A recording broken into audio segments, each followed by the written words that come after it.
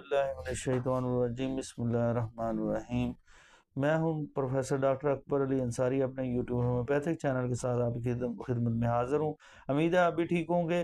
آج کی میڈیسن جو ہے اس کے بارے میں بات کریں گے۔ یہ پلانٹ کنگڈم کی میڈیسن ہے اور یہ پپیتا پھل سے تیار ہونے والی میڈیسن ہے۔ ناظرین، آپ دیکھتے ہیں کہ گلی کوچوں بازاروں کے اندر آپ کو پپیتا عام طور پر دکھائی دیتا ہے، اور اس پھل کا جو استعمال کیسے کیا جاتا ہے، اکثر اوقات معدے کے امراض میں یا مختلف امراض میں، جگر کے امراض میں، اور یا مختلف امراض کے اندر، بخار کے اندر اس کا استعمال کیا جاتا ہے۔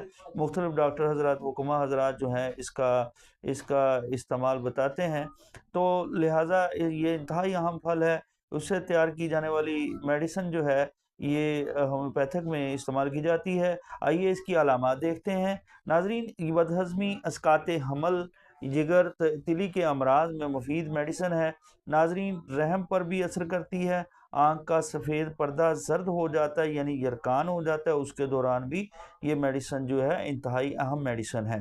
ناظرین، اس کے علاوہ جگر اور تلی دونوں جو ہے یہ یرکان کی صورت میں بڑھ جاتے ہیں۔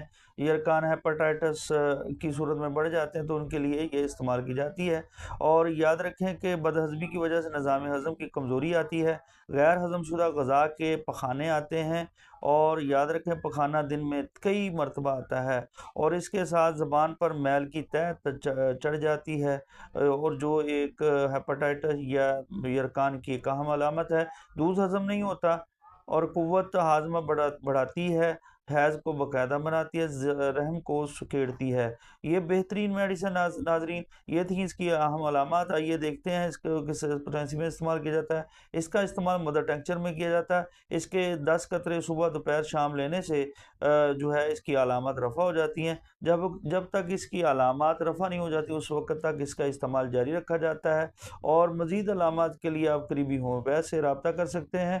اور ناظرین، آپ میرے چینل کو سبسکرائب کریں، بیل کے آئیکن کو دبا دیں تاکہ آنے والی ویڈیو جو ہیں آپ کو ملتی رہیں۔